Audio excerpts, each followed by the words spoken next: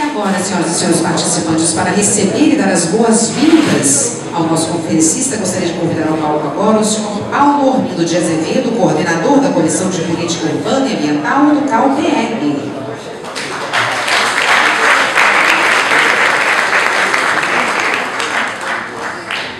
E em nome dele agora eu tenho a satisfação de apresentar a todos o nosso conferencista. Numa deferência a ele, farei essa apresentação no idioma inglês. Nosso conferencista, Suketu Mehta. Suketu Mehta is the New York-based author of Maximum City, Mumbai, Lost and Found, which won the Kiriyama Prize and the Hutch Crossword Award, and was a finalist for the 2005 Pulitzer Prize, the Lettery Ulysses Prize, the BBC for Samuel Johnson Prize, and the Guardian First Book Award. He has won the Writers Award, the O. Henry Prize, and the New York Foundation for the Arts Fellowship for his fiction. Mehta's work has been published in the New York Times Magazine, National Geographic, Trenta, Harper's Magazine, Time, Condé Nast Traveler, and has been featured on NPR's Fresh Air. Mehta is an associate professor of journalism at the New York University. He is currently working on a non-fiction book about immigrants in contemporary New York, for which he was awarded a 2007 Guggenheim Fellowship. He has also written an original screenplay for The Goddess, a merchant ivory film starring Tim Turner, and Mission Kashmir, a Bollywood movie. Mehta was born in Calcutta and raised in Mumbai in New York. He is a graduate of New York University and Iowa's Writers Workshop, and today he's a speaker in our seminar. The floor is all yours, Mr. Mehta.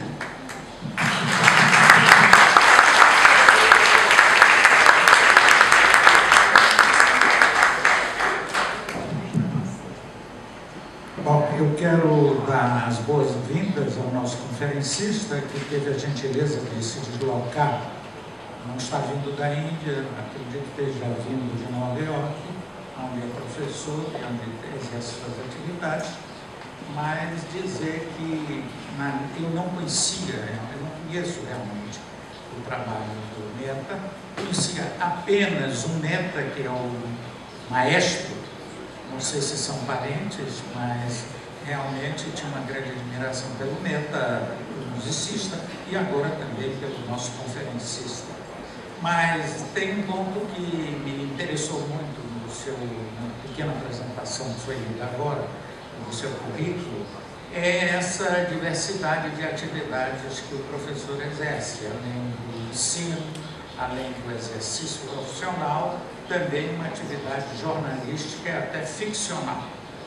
Eu também, devo dizer aqui, alguns têm me perguntado, eu já fui dito aqui, estou escrevendo jornal. E para mim é uma experiência muito nova e muito interessante, porque eu fui durante toda a minha vida um professor e fazia exercício, mas eu não tinha esse contato direto com o público. E eu me contestava muito como é que nós, arquitetos, dentro da academia, ficamos discutindo e repetindo para nós mesmos questões que estamos, de alguma forma, já conhecemos bem, mas não transformamos isso num discurso mais amplo com a população e com as autoridades, no sentido de transformar nossas ideias em realizações e benefício de toda a sociedade. Então, mais uma vez, eu não quero me alongar, eu quero dar as boas-vindas ao nosso convidado e agradecer pela gentileza de estar aqui. E, naturalmente, nós vamos ter agora um período, quer dizer, uma apresentação que é muito interessante, que mostram dois mundos com muitas diferenças, mas também com muitas similitudes, né? Bongarim, que é uma antiga possessão portuguesa, há pouco a gente está comentando com ele isso, Bombay, Bahia, que hoje tem um outro nome, Bombay, mas era uma antiga possessão portuguesa que foi dada como dote a uma rainha inglesa. Então, essa é realmente um mundo novo, da Índia, não para os portugueses, mas para os brasileiros, mas também com muitas similitudes de uma cidade muito grande, com os problemas muito semelhantes ao nosso, e que, portanto, cria um desafio. E também pelo fato de ser, juntamente com o Brasil, com a África do Sul e com outros países, nesse novo quadro internacional, países que estão agora enfrentando grandes desafios e também um grande crescimento econômico, além de científico e cultural. Eu passo, portanto, a palavra ao nosso convidado.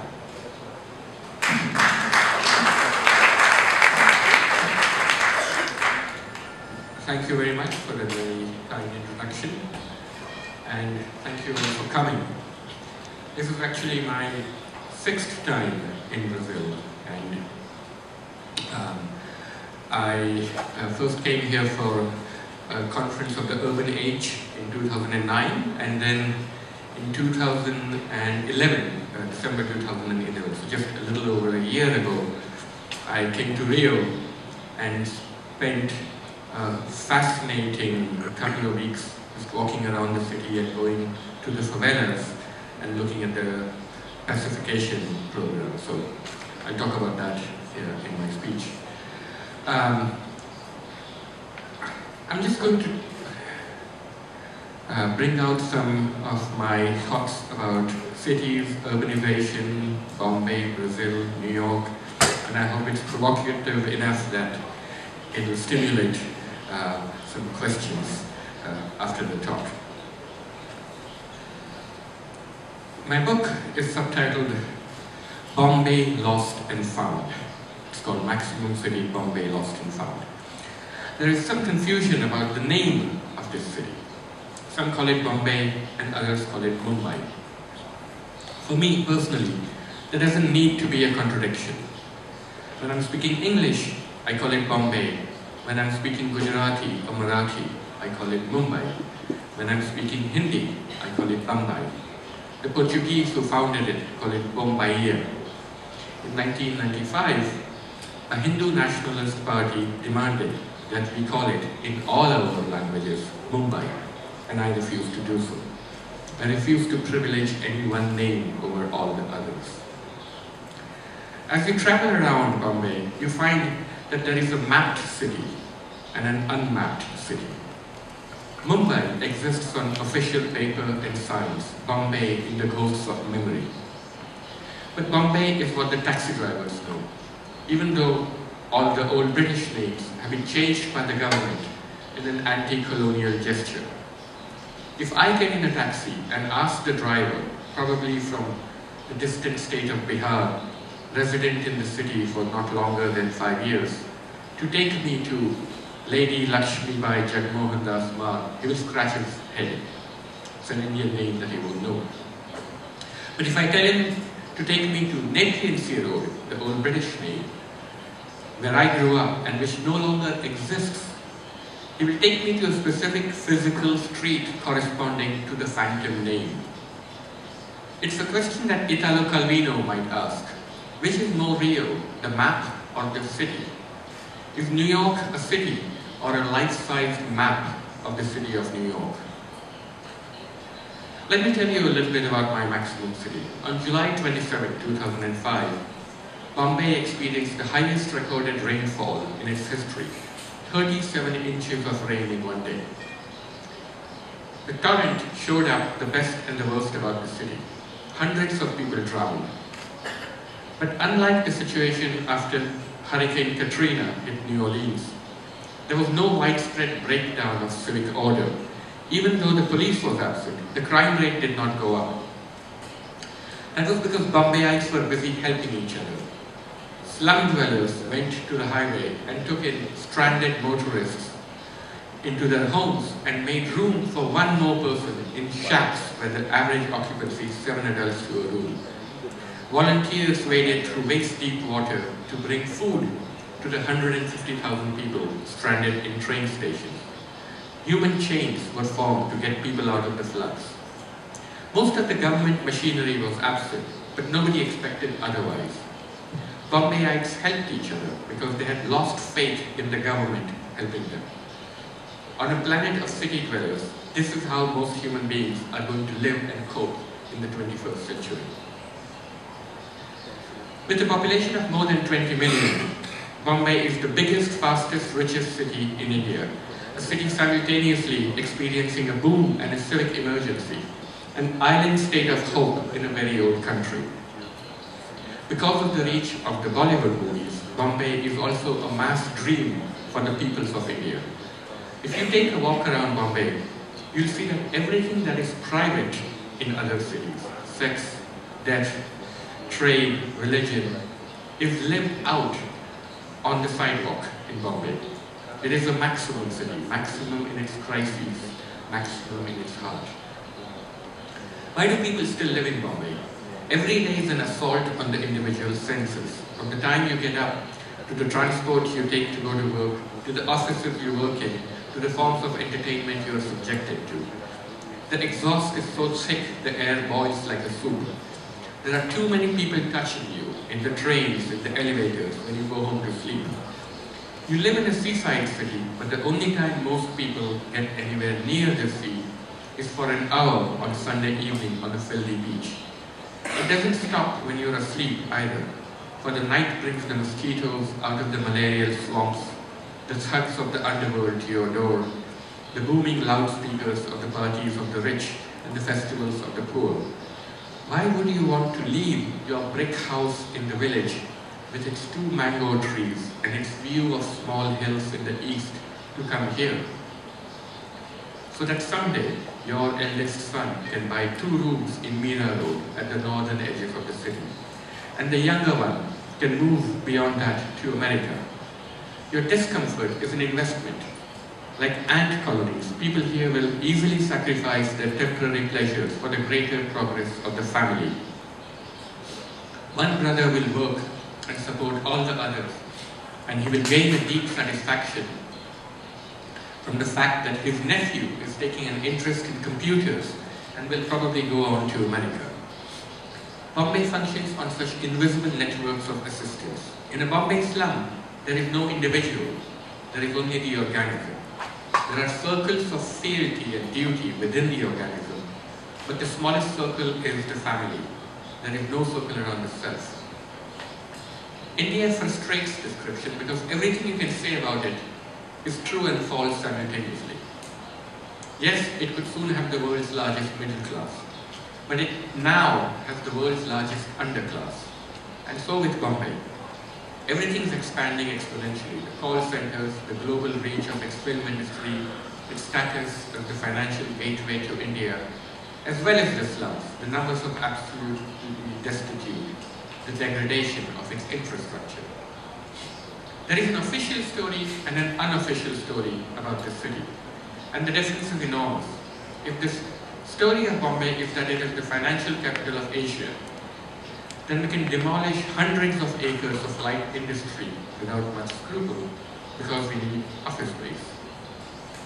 If the story of Mumbai is that it is a collection of villages, then we will keep the mill areas low-lying, preserve the old towns in the city. The problem is that the media, print and especially electronic, favor one kind of storytelling over the other.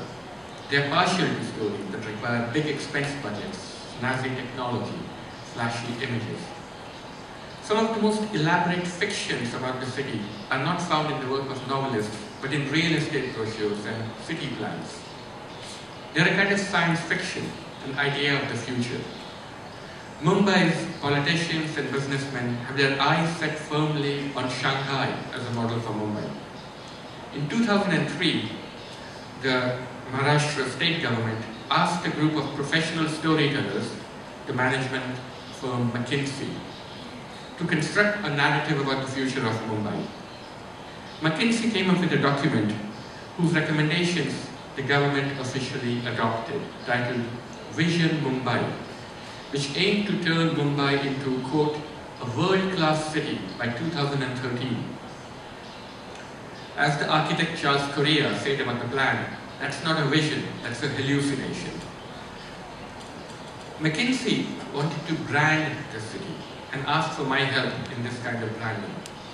Then they read my book and stopped asking. Who gets to brand the city? Most of the people that come to Bombay are not coming to find Shanghai. They are coming to Mumbai, whose myth is attractive enough for them. It is the international consulting companies that have decided that Bombay must be rebranded as Shanghai.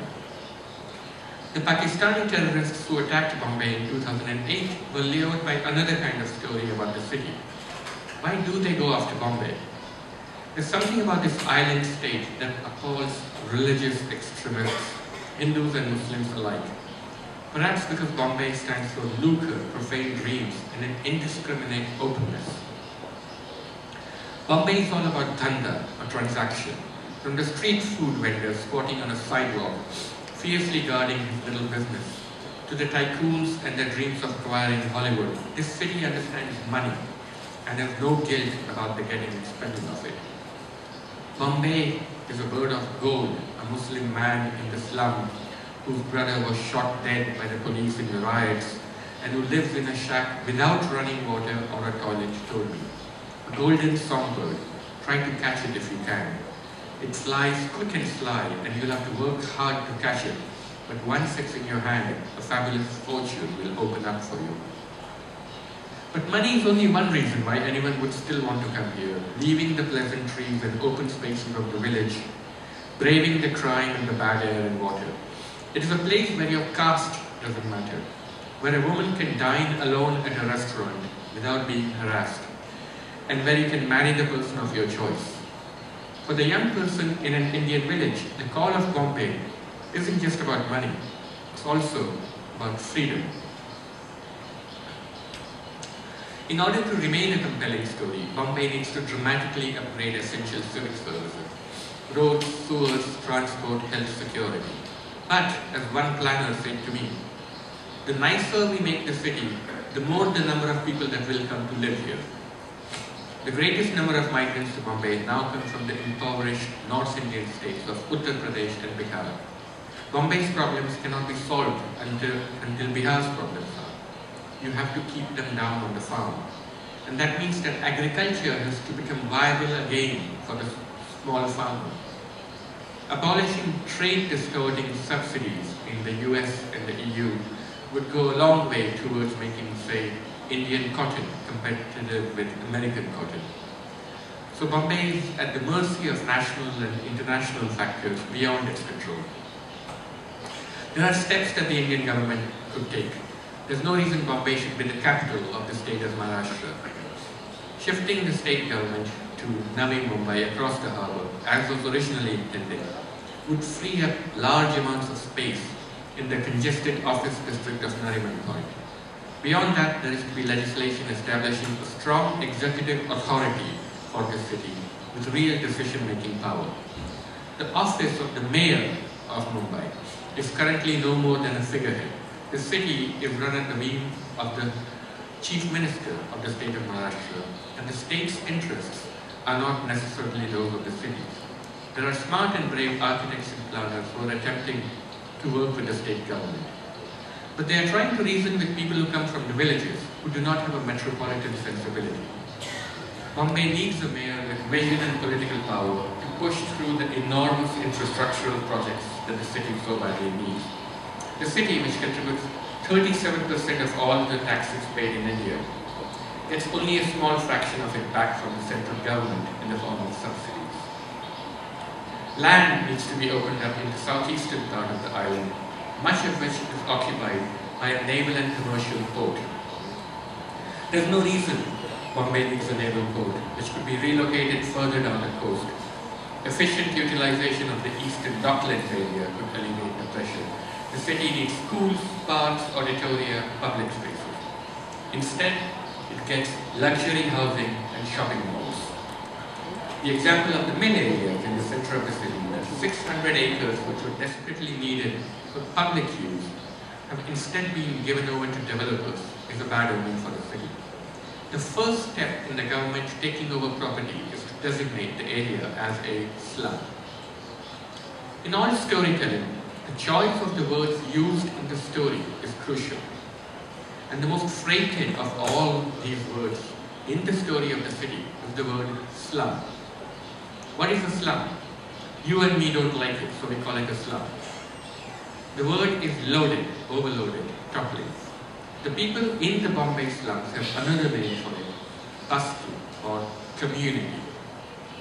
A basti abounds in community spaces, in the line to the toilet, the line of the water tap, in the patches of empty ground where the kids play cricket, in front of the hundreds of little shops servicing every human need. The construction of the basti is crucial to the spirit of Mumbai that saves the city time and again through floods, riots, and terror attacks. Every room in the basti is exquisitely custom built, every detail of it, including the walls and the ceilings. Each room is different and, over the decades, suited to its owner's needs. They are endlessly flexible with partitions and extra floors according to the number of family members that live there. They are colored outside and in to the owner's taste. Look at a slum colony anywhere in the world. It is multicolored. Then look at the public housing that replaces it when it's demolished. It is monochromatic. It is also anonymous, generic, fungible, a triumph of anomy over community. Each one of the buildings looks exactly alike, not just in Bombay, but in Sao Paulo, Jakarta, Johannesburg. We marvel at Lisbon's old city. We pay a premium to live in Trastevere, or the Marais in Paris, or the East Village, all considered slums 100 years ago. Our young people now want to live where the other half once lived. A young Jewish friend of mine in New York was looking for an apartment in New York's Lower East Side. When her grandmother heard about it, she reminded her, "I spent my life trying to get out of that place," because it was considered a slum 100 years ago. The poor already live exactly where they want to live, and have made an architecture and an urban plan that they can live with.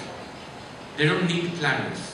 And when they're presented with the big official plans that the city has for them, they don't understand them. That is because much of the conversation around planning is deliberately arcane, like the Latin Mass. It serves the function of setting up an exclusive class of individuals who are the intermediaries between God and man, between the politicians and developers who have their visions of the city, and the ordinary people who have to inhabit them. There is, in all cities, a city of laws and a city that must live beneath the mighty weight of the law. A regulated city and an unregulated city. At this point in our world, the illegal city, the outlaw city, the informal city, is far vaster than the official city. In sheer numbers, the law evaders, the lawbreakers, the law skirters have the edge. It's not that they want to flout the laws deliberately. They mean no such opposition. They want to have a house, a much smaller house than the people who can afford to obey the law. They want to have a business on the sidewalk, a much smaller business than the tax-paying businesses outside, whom they must pitch their tent or park their handcar, exposed to the heat and dust, constantly battling others who want to do the same. They have to fight for space, but the difference is that they also have enough compassion for others like them to make space where there seems to be none. In 2011, I spent some time right here in Rio de Janeiro looking at the process of pacification in the favelas. One night I went to a jazz club in Tavares Bastos, which had been pacified for a year, right below Boppy headquarters. The rooms of the club were packed with sweaty bodies and heavy with marijuana smoke. If Boppy wanted to find drugs, they wouldn't have to go far. But they'll never come here because this is Ipanema in the favelas. The only black person I could see was the saxophonist and my guide who lived there. The people from the favelas can't imagine themselves here, said my guide. The music was bebop and bossa nova, an American idea of the jazz that Brazilians listen to. No samba here, much less funk. The club was opened 5 years ago. A beautiful white economist who works for a bank, wearing an expensive dress, told me she was already bored. 2 years ago, there used to be much more interesting people. Now, I only see all the people I would see near the beaches. It cost 50 reais to get in to the jazz club, and a beer is 15 reais. On the way to the club, I passed a number of small potatoes. In some, neighbors were enjoying beers that cost a third as much. In one, pleasantly overweight couples were dancing close together to samba. All the lights in the houses of the favela were out. It was after midnight. But the white patrons on their way to the jazz club were raucous, laughing, energized by the thrill of the expedition, the possession of the secret knowledge of this clandestine destination. The next day, my guide, who was a street photographer, took me to a baile funk in the unpacified favela of Arara. It was an extraordinary scene. At midnight, the traficantes had cordoned off many blocks, turning it into a giant open-air nightclub. One end of the street was a giant wall of dozens of loudspeakers booming out a minimalist liturgy about cop killing and underage sex. Teenagers walked around carrying AK-47s. Prepubescent girls inhaled drugs and danced. On some corners, cocaine was being sold out of large plastic bags. Everybody danced. Grandmothers danced, children danced, I danced. It would go until 8 in the morning. The state and its agents were nowhere to be seen. The rival gangs were a bigger threat than the police. The day after the baile funk, I was flying in a police helicopter over Rio. It took me over Ipanema and Cocina, and I asked if we could fly over Arara. The pilot pointed it out in the distance and said he could not fly directly over them. He was concerned about getting shot down. A couple of years ago, the traficantes had brought down a police helicopter with anti-aircraft guns. So a large part of Rio is forbidden for the police to enter by land or by air. This too is the future of many megacities in the developing world, from Nairobi to Caracas. There is a de facto sharing of power between the legitimate organs of the state and the non-state actors, the gangs, the militias.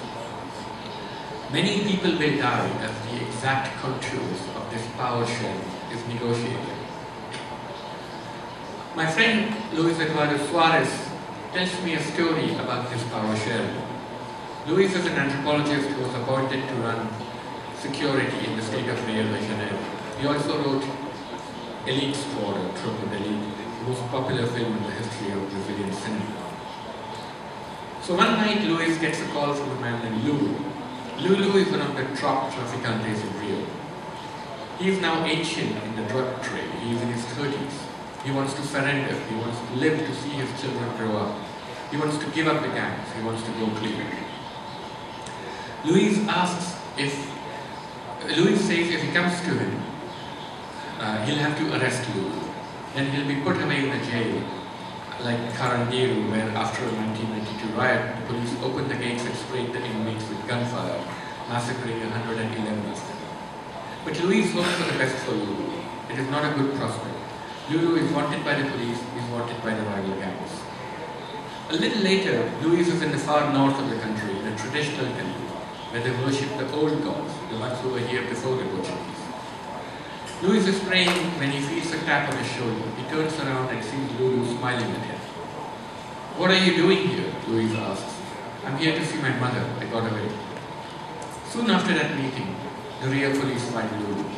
It was stupid of him. The first place a wanted man runs to is his mother. Men come up in a jeep and take him away without arresting him. They take him back to Rio, to his favela, to the police station. The chief of the local police appeals to him. "We want you back, Lulu. It's been hell since you left. You kept the peace among the gangs, and besides, I need your money for my political campaigns. You have to get back to work or else." So Lulu goes back to work, selling the coke and the meth in the nightclubs of Copacabana and Ipanema to the rich club kids. But he had tried to break away. The boys on the corner didn't trust him, don't respect him like they used to. He can't make the 300,000 reais the cops need each week. So one day they come again for Lulu. The cops sit him down in a stone chair in an open area of the slum, and with the whole favela watching, pump bullets into his head. He was only useful to the police when he had power to share. Powerless, he was dead. After pacification, the biggest threat to long-time residents of places like Tavares Bastos and Rocinha will come not from drug dealers, but property dealers. In Cantagalo, with its easy access to the southern zone and increased security after the pacification, the people of the favela will be forced out, not by violence, which you can live with, but by high rents, which would make living there impossible. The right to live there was protected as long as it was illegal. When we think about illegal cities, we think about Bombay or Rio. But these illegalities exist in well-regulated cities like New York and London as well. I grew up in Queens, New York, which is the most diverse area in the United States. If you take a walk around there, look below. Look at the basements of the frame houses all around the area. Each of these has a family living in it. There are around 200,000 illegally rented basements all over New York City, and especially in immigrant neighborhoods. At least 500,000 out of New York's 8 million residents live in them. They constitute a full 40% of the new housing created in New York from 1990 to 2005. Housing rights NGOs estimate that 70% of these basements should be legalized and their inhabitants should be free to live in the full light of legality. But the city won't allow this because they are unplanned. The basements and the hundreds of thousands of people who live in them are not part of the city's plans. This is the most significant part of the story. The basements, like the Bombay slums, are undocumented, illegal. Most of the rent is in cash and landlords don't pay taxes on it. It is that accommodative illegality which is so threatening to global capital. Global capital doesn't break laws, it merely bankrolls the politicians who create the laws that it wants. There's an epic land grab underway in Bombay called the SRA, or the Slum Rehabilitation Authority, under which if 70% of the residents of a so-called slum agree to have the colony demolished in exchange for project housing, built mostly by private developers, the views of the other 30% don't matter. As it was explained to me on a visit to the slums, 70% is 100%. The people I knew when I was researching my book in the 1990s, who were active in the riots, in the underworld, in politics, are now all in real estate.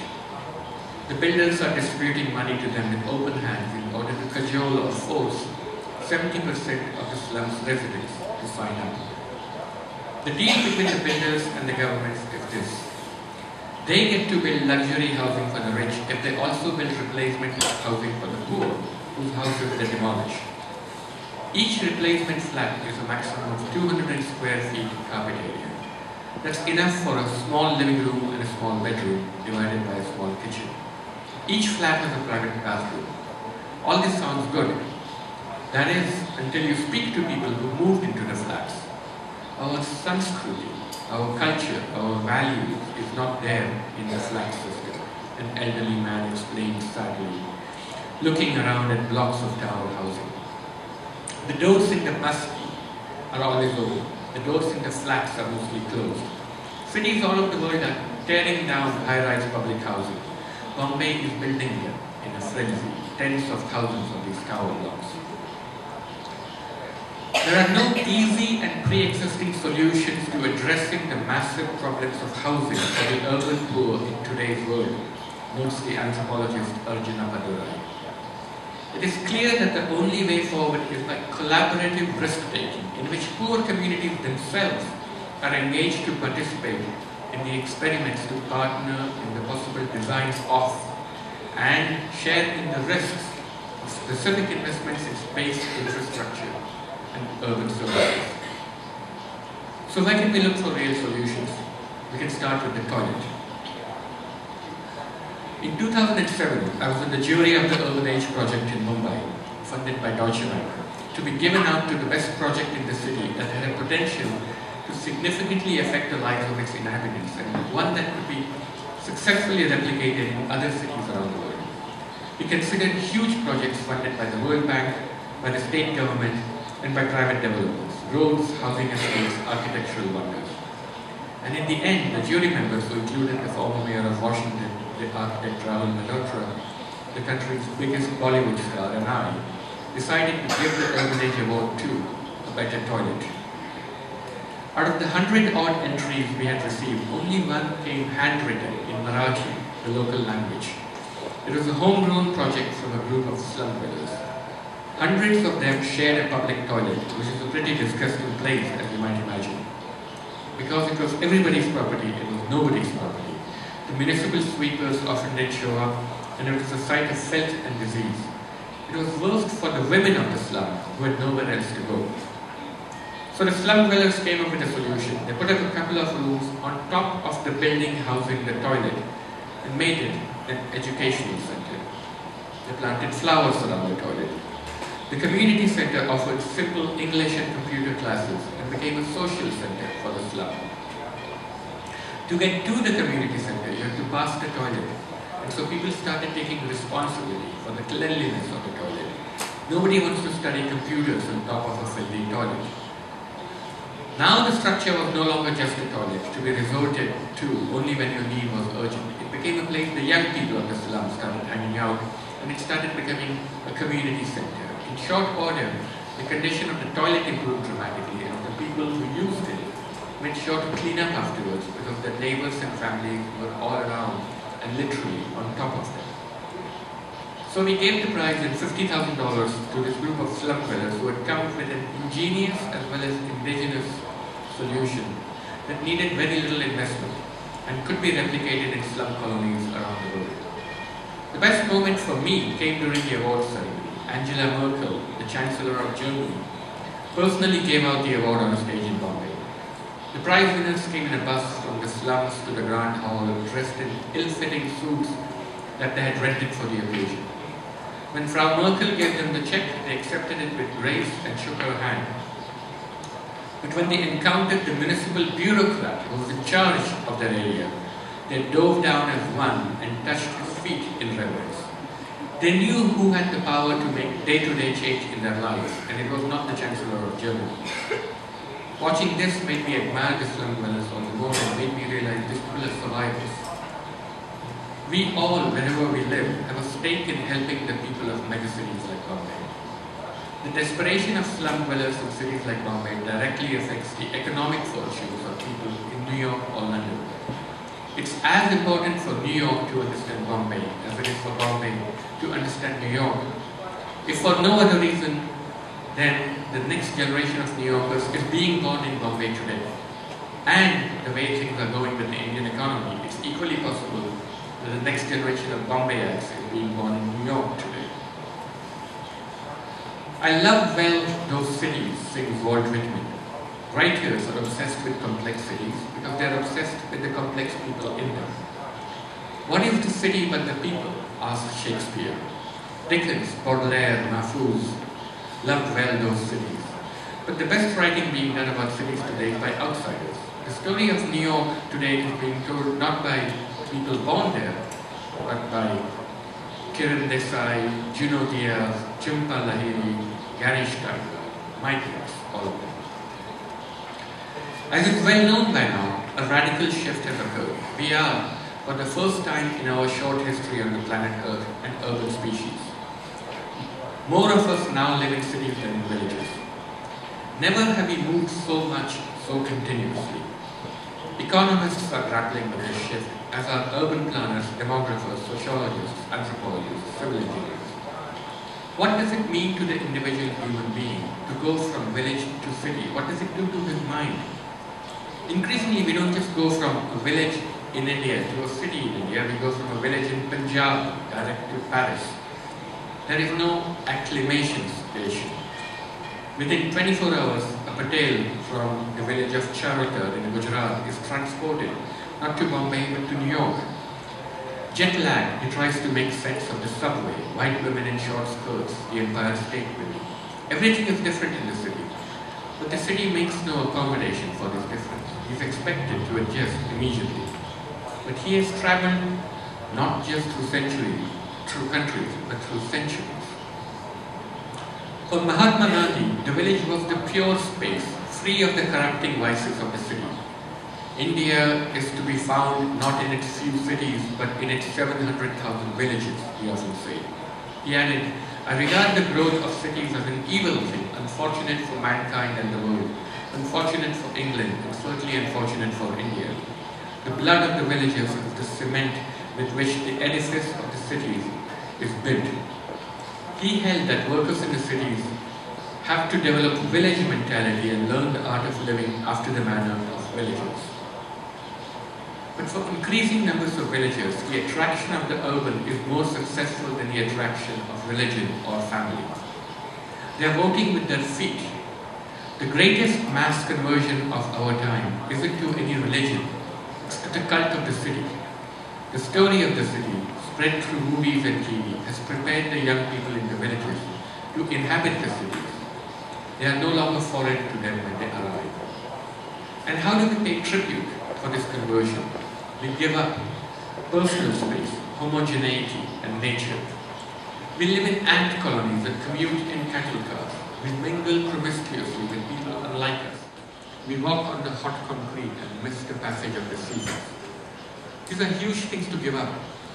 For all our history, for the entire duration of our collective memory, we have lived close to where we grew our food, with our caste, and with large spaces where we could be alone at midday. We flocked to medieval city forts when we felt threatened in the countryside. When the threat passed, we went back to the land. The central question of cities in our time is this. Within these enormous, historically unprecedented and continuously mobile agglomerations of people, how do we form a community?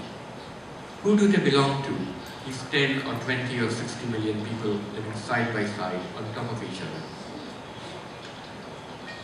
What we have done in the cities is to form communities of consumption. Living in the city makes you want to consume. All of the city is a giant shopping mall. There is no place that is not. A recent survey showed that 16% of Americans do their Christmas shopping online on their mobile devices while sitting on the toilet. They shop till they plop.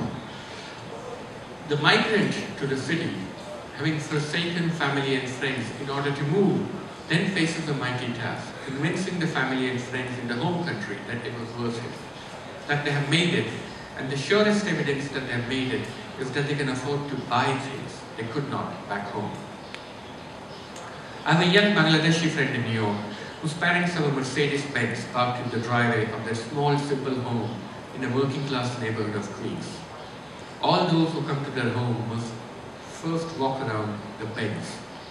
They bought it with the first savings they made in America, $7,000. What kind of Mercedes can you buy with $7,000 bucks? I asked my friend. Does it run? It runs all right. So what's the catch? What's wrong with it? Well, the wipers stopped working a while ago and we can't afford to buy new wipers. So what do you do when it rains? Before we drive anywhere, we always check the weather forecast. And if it rains while you're driving, we always keep a subway map in the glove compartment. If it starts raining, we park it and get into the nearest subway and come back for it after it stops raining. The Benz is practically useless for the family, but it serves a higher function. It communicates to the people back in the village that the family is well fed. And sending back pictures or videos of the family standing around the Benz is not subterfuge, not exactly. Yes, it's true that my friend's parents have retired and his sister has recently lost her job, and my friend will have to turn over half of his paycheck to the parents to help them meet the mortgage on the house.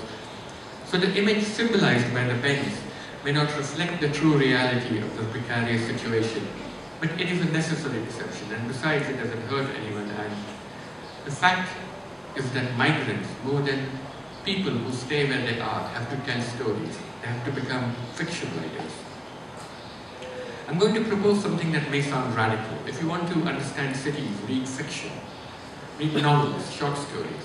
For it is the novelist that best understands the human diversity that constitutes a city. An anthropologist or a sociologist also studies heterogeneity, but it is the novelist that can not only understand it, but make a story out of it. A story that reaches many more people than the stories of the social scientists. Fiction contains an enduring truth that lasts beyond mere journalism. So when we want to read about 19th century Russia today, we don't read the newspapers of the time, we read Tolstoy and Chekhov. If, as V.S. Naipaul recently proclaimed, the novel is dead, then I'm a necrophiliac. So it was the novels of the great Bombay writers such as Rohinton Mistry and Salman Rushdie that I turned to when I wanted to understand the heart of Bombay. Greater Bombay has over 20 million people, and parts of the inner city have a population density of over 1 million people per square mile. How the hell do all these people live together? New York City is panicked because it's projected that it will add 1 million people over the next 20 years. It will go from 8 million to 9 million. Bombay adds 1 million people every single year. I realized when I was doing my book that the way Bombay survives is by a series of solidarity networks among the poor. In the years I spent researching my book in Bombay, I saw many things that made me despondent, fearful about the future of the human race. I met gangsters who could be hired to kill someone for $100. I met people who had killed others for belonging to the wrong religion. I sat in the back of police stations and watched how the police tortured human beings with leather straps and electric shocks to the genitals. I despaired for the future of my city. I did not think I could find hope. And then I did, in the strangest place, the incredibly crowded commuter trains of Bombay.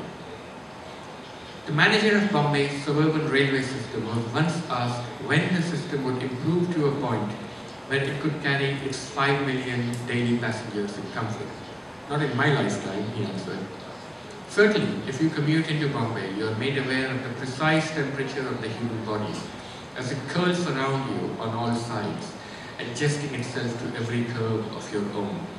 A lover's embrace was never so close. Asad bin Saif works in an institute for secularism, moving tirelessly among the slums, cataloguing numberless communal flare-ups and riots, seeing firsthand the slow destruction of the social fabric of the city. Asad is from Bhagalpur in Bihar, site not only of some of the worst communal rioting in the nation, but also of a gory incident where the police blinded a group of petty criminals with knitting needles and acid. Asad, of all people, has seen humanity at its worst. I asked him if he feels pessimistic about the human race. Not at all, he responded. Look at the hands from the trains. If you are late for work in the morning in Bombay, and you reach the station just as the train is leaving the platform, you can run up to the packed compartments and you will find many hands stretching out to grab you on board, unfolding outwards from the train like petals. As you run alongside the train, you will be picked up and some tiny space will be made for your feet on the edge of the open doorway. The rest is up to you. You will probably have to hang on to the door frame with your fingertips, being careful not to lean out too far lest you get decapitated by a pole placed too close to the tracks. But consider what has happened. Your fellow passengers, already packed tighter than cattle are legally allowed to be, their shirts already drenched in sweat in the badly ventilated compartment, having stood like this for hours, retain an empathy for you, know that your boss might yell at you or cut your pay if you miss this train, and will make space where none exists to take one more person with them. And at the moment of contact, they do not know if the hand that is reaching for theirs belongs to a Hindu or Muslim or Christian or Brahmin or untouchable, or whether you were born in this city or arrived only this morning, or whether you live in Malabar Hill or Jogeshwari, whether you're from Bombay or Mumbai or New York. All they know is that you're trying to get to the city of gold, and that's enough. Come on board, they say. We'll adjust. Thank you.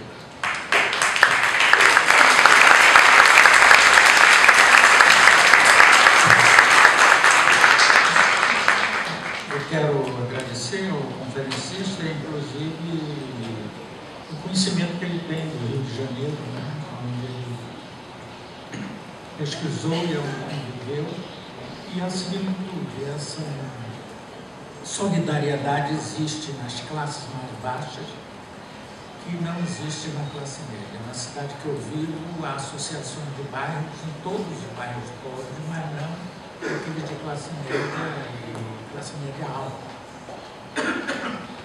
Pela apresentação que foi feita, agora nós vamos ter que usar um pouco mais do tempo, né, para trocar ideias com o auditório que está aqui, provavelmente está muito ansioso de colocar questões.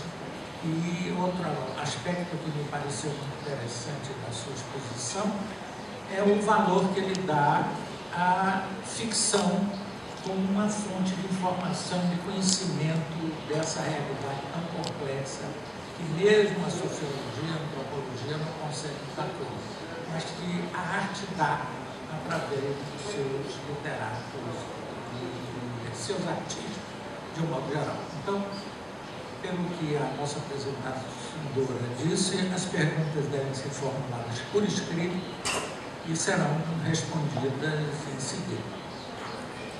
Como não recebemos nenhuma, Sr. Paulo Mendo, a organização do evento abriu então perguntas por microfone, elas podem ser formuladas em português ou em inglês. Nós já temos aqui uma primeira participante. Good night, Mr. Mehta. I'm Claudia Ziegler from the University of Urbanismo.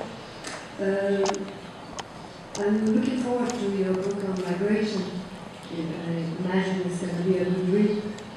But my question for you is the following. In a global scenery of extreme weather events, the poor in the slums are the most vulnerable, and the least prepared to face the effects of floods, earthquakes, hurricanes. So for them, cities may be less drugs.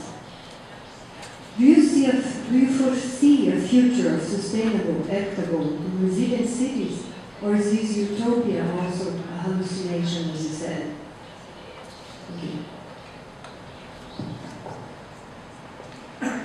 As I understood it, the question was about the poor and how they're equipped to live in cities, and the effect of environmental changes like climate changes upon the poor, and the fate of the poor in the city, whether I see a utopia or dystopia. So I noticed in cities like Bombay that the poor have taken the functions of the state upon themselves. Everything is essentially privatized. So if you go into a Bombay slum, or if you go into the Rio favelas before pacification, all the functions of the state, like garbage pickup, security, electricity, water, are supplied by private agencies. So you will see illegal wires that have been tapped from the state electricity network, a maze of pipes that again are tapped from the municipal water pipes. When I went to Bosnia, this was a month after it had been pacified, I saw an interesting changeover. There was a group of sanitation workers that didn't have uniforms, but they were organized by the local committees in Bosnia themselves. And they had been cleaning up the garbage all these years. And for the first time, there were sanitation workers in uniforms that had been sent by the city.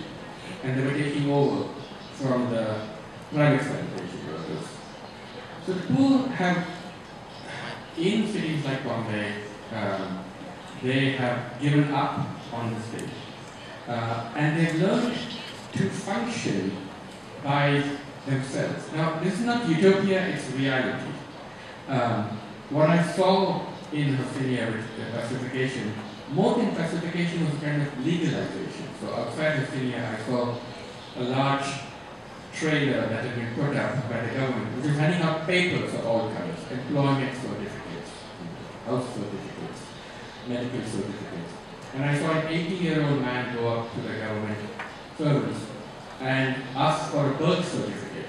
And they asked him how old he was. He said, I think I'm around 80. So at the age of 80, this man, for the first time in his life, got a birth certificate from the state. So the first step in the state coming into a place like this is the handing out of paperwork. It's very true that when there are extreme environmental events, like hurricanes, it's the poor that are the most affected. We saw this in New York recently with Hurricane Sandy, where the people who suffered the most were not the people in Manhattan, but the people in Staten Island and Brooklyn, who were far from the center of power. Manhattan had power restored in a few days. There are parts of Brooklyn who are still waiting to have complete power restored.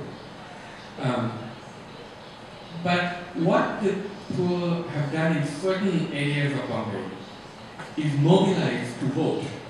And what they're most interested in, before security, before delivery of services, is just security of tenure. They want to stay where they are. And with the kind of money coming into Indian cities, Brazilian cities, I said before in my talk that the greater threat than drug dealers is going to be property dealers, real estate dealers. So there's an enormous amount of money coming into Bombay. And the biggest threat to the poor is this lot of money coming in, which makes it impossible for them to stay where they've been for decades. And so they're being pushed out into the peripheries of the city. You know, the Indian cities, like American cities, used to be places where poor people lived in large numbers. Increasingly, the poor are being pushed out into the outer margins of the city. And the central parts, the former textiles, the former industrial areas, because they're so close to the center, are enormously attracted to global capital. And I'm pessimistic about the ability of these areas to resist all that flood of money. There's too much money coming in too rapidly for the long-term future of the city. Alguém mais gostaria de fazer uma pergunta, mesmo comentário?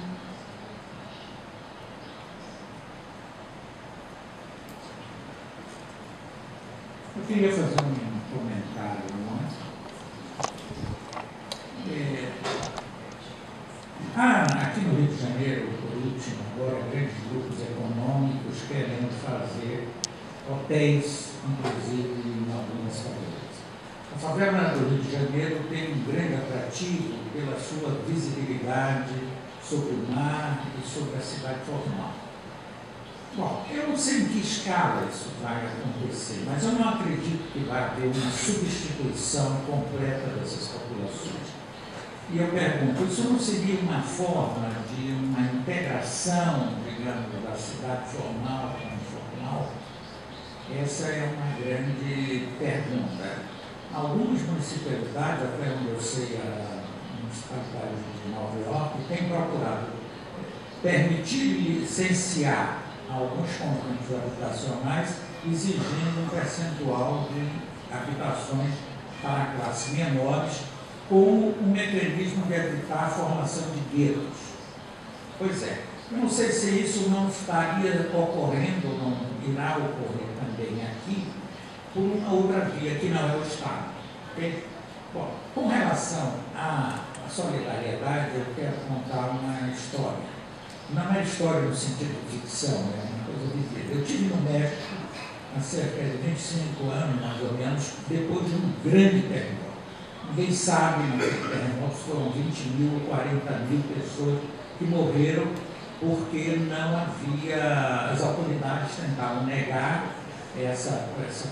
Mas eu tinha muitos amigos arquitetos lá e pude visitar algumas dessas áreas destruídas.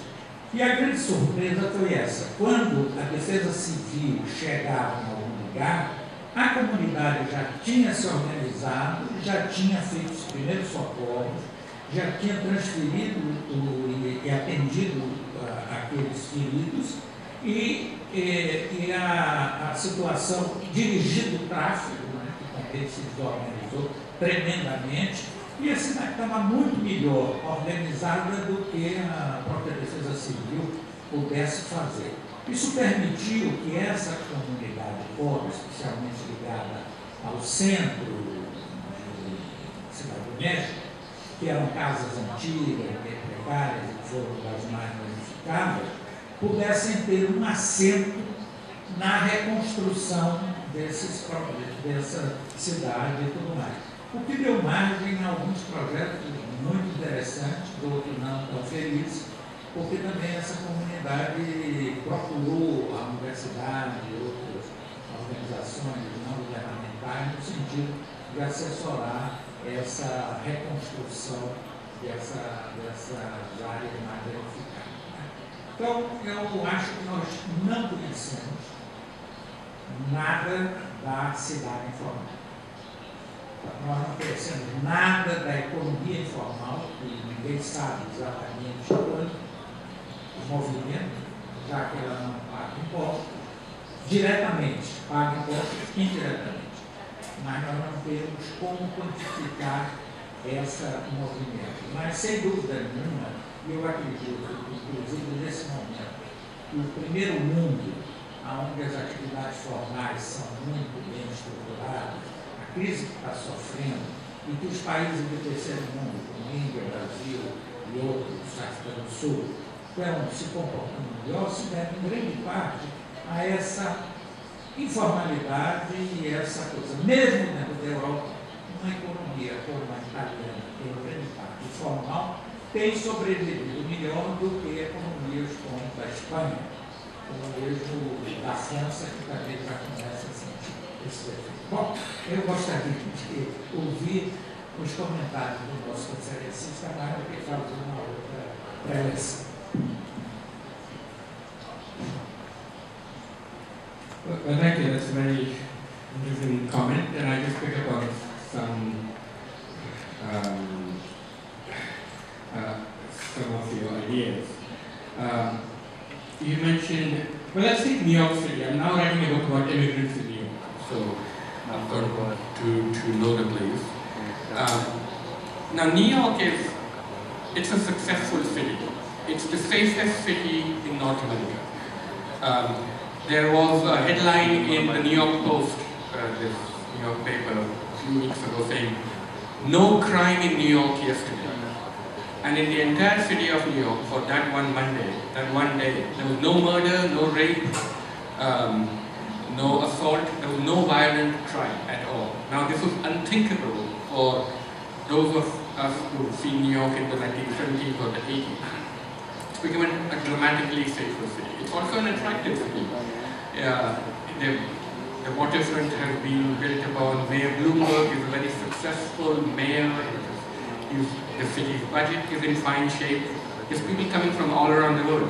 1 out of 5 people on the island of Manhattan is a tourist. So it's become this global Disneyland. But if you look at another set of numbers, you look at inequality. The top 1% of people living in New York make more money in one day than the bottom 44% make in 1 year.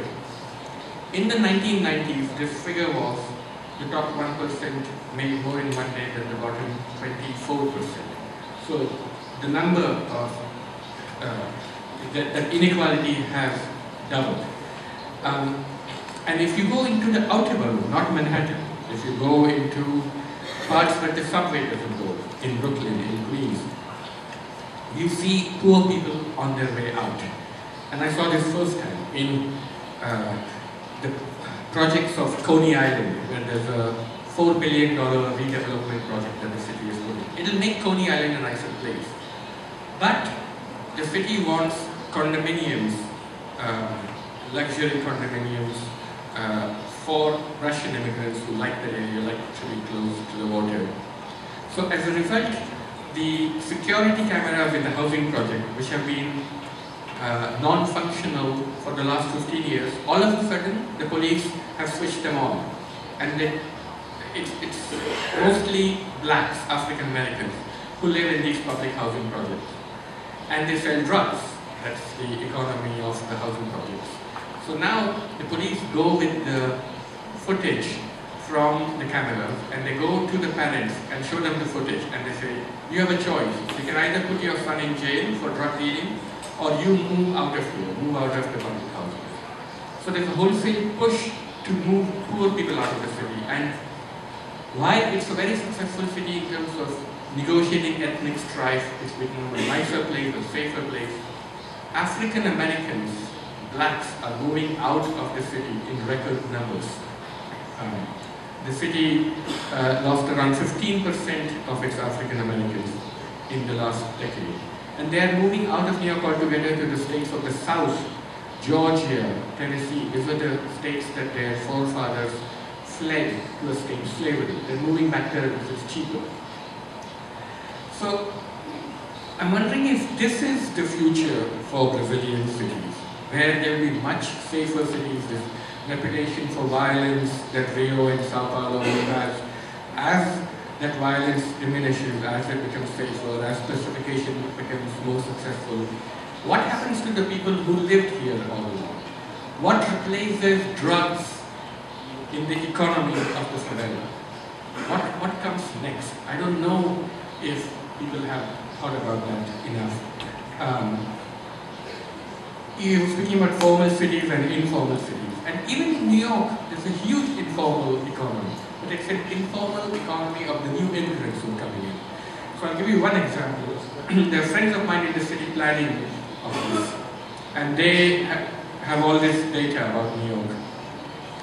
And the representatives of Costco, which is a very large store, it's like a shopping club.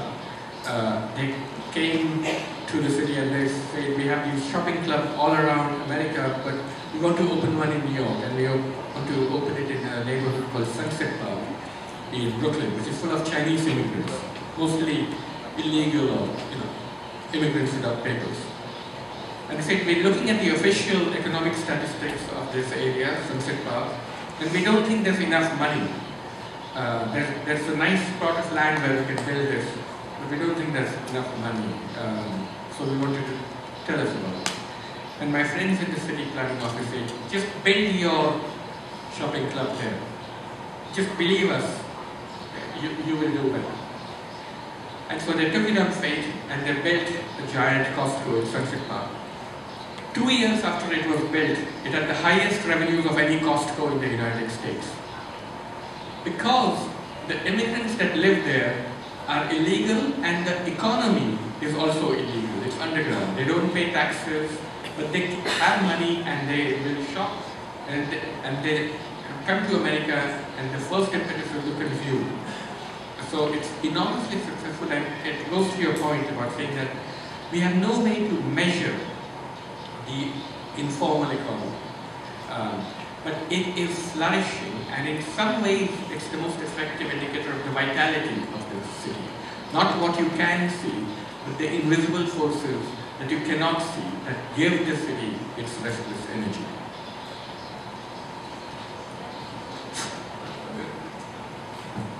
Teremos então a próxima das 3 perguntas que já temos solicitadas aqui pedindo atender em função do tempo, e seguimos com ela então. No Rio de Janeiro, cerca de 1/4 da população habita ou vive em comunidades, favelas ou lojamentos irregulares de baixa renda. Em recente reportagem que eu li sobre Bombém, comenta-se que 1/4 da população de Bombém nasce, vive e morre na rua. Eu gostaria que você comentasse isso.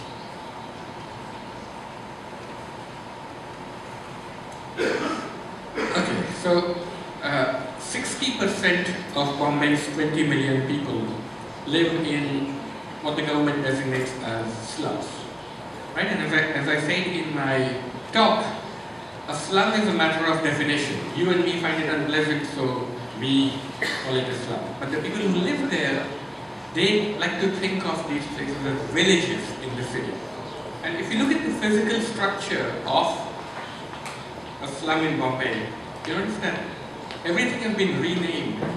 So a ditch, a sewage canal that runs through the slum, the people who live there will rename it after the name of a river in the province that they come from.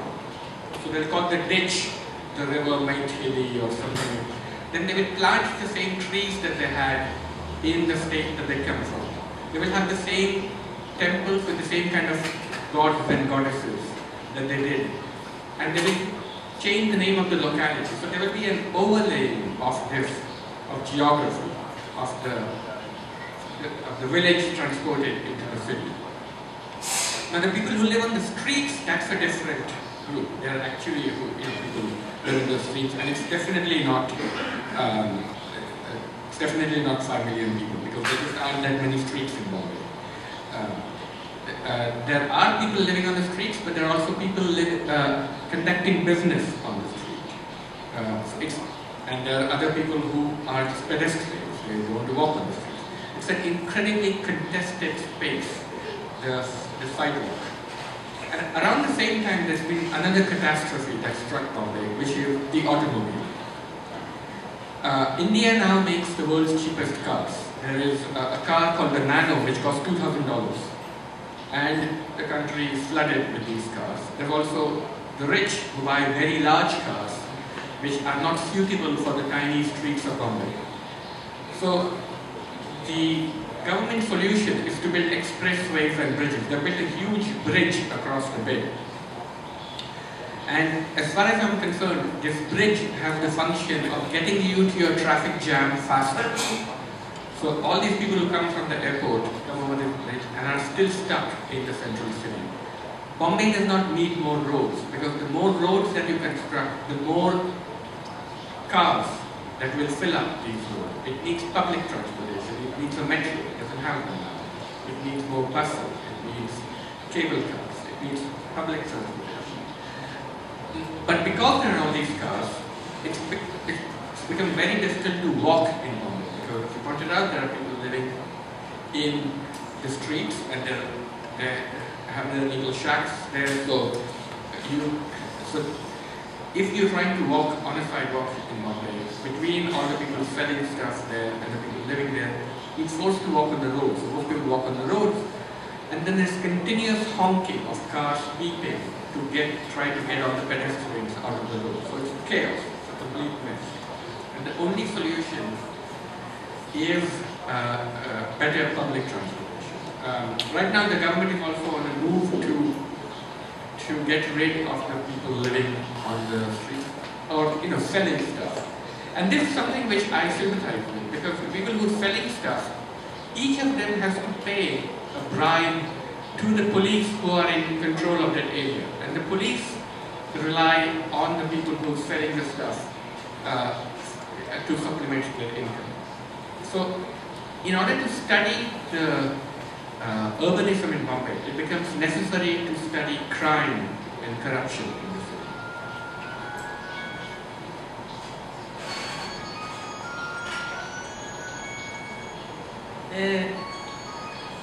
Nós ontem tivemos uma palestra com um físico que nos apontou para onde caminha a humanidade e que a população em 50 anos será urbana, pobre, vivendo em assentamentos precários no mundo todo.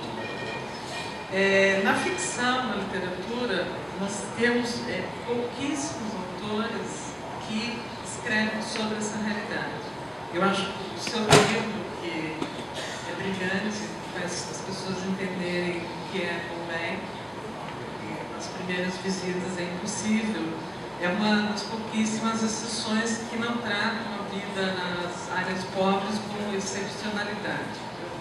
No Brasil, nós não temos escritores que escrevam com normalidade sobre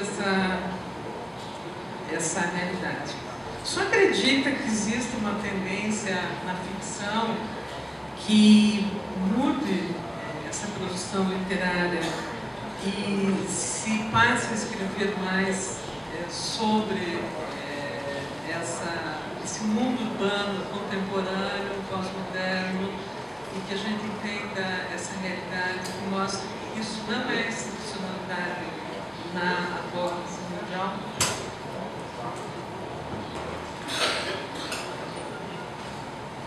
Well, thank you very much for your kind comments on my book. Cities are interesting things. The Chinese have discovered this. When a city doubles in size, it only requires 85% extra in resources. So actually large cities, an argument can be made that it is better environmentally for the world to have more cities instead of fewer. But whatever we think of it, people are moving into the cities. There's a stampede to move to the cities. The Chinese have these planned cities, India has unplanned cities. In Brazil, I understand the rate of migration has slowed down considerably, but still you're already a tremendously urbanized country.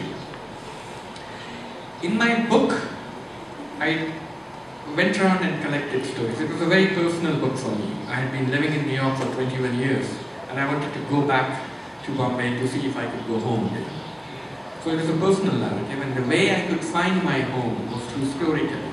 I walked all around the city every day and I collected stories of people living in the slums as well as people who were rich, gangsters as well as policemen, poets and movie producers. So I became part of a Bollywood production team because it's essential to understand Bollywood to understand Bombay, its dreams.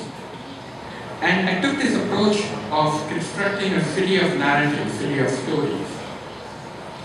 And then my book actually came out in, by now it's something like 15 or 16 languages all over the world. And I think it's popular because there is a need for people everywhere to understand this new phenomenon of the megacity. And we understand very little about the megacity. Most people in New York or London have no clue about how people in a favela in Rio or Basti in Bombay live. They might have seen City of God, but beyond that there's nothing in which communicates this everyday reality. And when I went into the slums, I found that these people they weren't destitute, they weren't beggars, they were working. If 60% of the population of Bombay lives in the slums, then you're right, the slum is the rule, it's not the exception. And the people who were living there were doctors, lawyers, engineers. They had to live in this kind of informal housing because there isn't enough formal housing available. There's a housing crisis, and it's not because they are poor. And even if you go and look at the people in the Bombay slums who don't have a degree or they're migrants, it's extremely industrial. There are thousands and thousands of small workshops where they're making leather goods, they're making stove parts, they're making computers, they have call centers. They're all working very hard. The big difference between the Brazilian slums and the Indian slums is that we don't have, or so far we don't have, drugs and guns. So by and large, a Bombay slum is a pretty safe place to be. You can walk into it anytime. Actually, I must say that when I came here and I was walking through Rocinha, I did not feel unsafe. But last year, when I was in Sao Paulo, driving in a taxi at 8 p.m. on a Friday night near Paulista, a block from Paulista, I got held up at gunpoint. So it was in the rich part of the city that I suffered violence, not in the poor part. But I think that it's absolutely fascinating, these cities, and there's a wave of new city books. There's a wonderful book which came out about the Bombay slums recently called Behind the Beautiful Forevers by a writer named Catherine Boo. And it's a novelistic but non-fictional account of life in a Bombay slum. And there's all kinds of books coming out about the city. But fiction writers, we don't yet have a Dickens or a Balzac that's gone into these cities. I mean, Sao Paulo, for example, I'm just struck by the fact that there isn't a movie which defines Sao Paulo like City of God or Tropo d'Elite defines Rio, or there isn't a sort of defining photograph. Or I know that there are books, but they haven't made it sort of internationally. But I think it's only a matter of time because there's so many stories and the material is so rich that there's bound to be a writer who will come along, and from the favelas, from the slums. A cidade do Rio de Janeiro está praticamente numa estabilidade, com um crescimento da ordem de 0,5% ao ano. É muito diferente das cidades indianas, que têm concentrado ainda uma população muito importante. Então, feita essa diferença, essa ressalva, no nosso caso, nós estamos convencidos de que a vida na irregularidade de uma favela dominada pela bandidagem armada é um fator importante de aumento das desigualdades. Porque a informalidade, se por um lado oferece a possibilidade de recursos econômicos importantes para a sobrevivência, então o esforço que o Rio de Janeiro faz, se interpreta corretamente, é no sentido de implantar o Estado implantar os serviços de Estado e o Estado de Direito no interior das áreas pobres. Na sua perspectiva de conhecimento das favelas do Rio de Janeiro, na perspectiva de outras grandes cidades, como Bombaim, Nova York, etc., você avalia que o sentido, a integração das favelas ao Estado de Direito seja, neste momento, uma alternativa a ser frustrada? Now, I don't think that the favelas are great places. I think that they certainly can be made nicer for the people who live there. And I thought that when I spoke to people, they spoke about the everyday humiliation in the unspecified favelas. The everyday humiliation of having some teenager tell them how to dress and what time they could leave their home and what time they could come back, and the fear they felt of their children being recruited by the drug dealers. So most of the people in the favelas didn't mind the state coming in as long as they didn't have to leave when the state came in, or their life became unaffordable when the state came in. So when the state comes in, yes, it brings legal electricity, legal television, but then the price you pay for this legal electricity and television also goes up, usually beyond your ability to pay for it. What's going to be crucial in your experiment, this specification program, isn't just getting rid of the drug dealers. And as I understand it, the point isn't even to get rid of the drug dealers. There's kind of an implicit understanding that drugs are here to stay. As long as there is a demand for it, it's almost impossible to fight the supply. No country on the planet has been able to do that successfully. So what they want to do is to get rid of the guns. And you're right, to impose the authority of the state. And it was really, I've never seen anything like it in any city, where the central city, right behind my hotel in Lebanon, there was this hill, I believe it's Suketu, where until recently it was outside the purview of the state, and there are still huge parts of the city which we can probably walk to from here, where the state doesn't go in. And as I explained in my talk, the state doesn't go by air, doesn't go in by land. It's another state or a series of separate states. And clearly that is intolerable in the long run. But I was struck by how modest the actual pacification effort is. So the head of the Q+50 program told me that there are some 600 or so favelas in the greater Rio area that they had by that time in 2011 pacified some 19 of them, and their aim was to pacify 40 favelas by the time the World Cup came along. So I said, what about the rest of them? They said, well, we can't really deal with the rest of them. And I said, so there's going to be hundreds of favelas where you basically have abandoned or you will deal with later at some point. And many of them are run not by the traficantes but by the police militias. So I think the state has also recognized its limitations, and I understand that there are, the first part of this program where the police would go in and was met with very little resistance. It's now changing. There is increased resistance, and I think that's because there isn't an alternative to the economy of the drugs. So when they're young people and they're used to, this is the only source of jobs, of income, it's not enough just to bring in the state. There has to be an alternative for the young people. And hopefully with the Brazilian economy doing well as it does, that these young people then can have jobs outside their immediate areas and things will come in. But so far it hasn't happened. And that the time lag, that gap is crucial.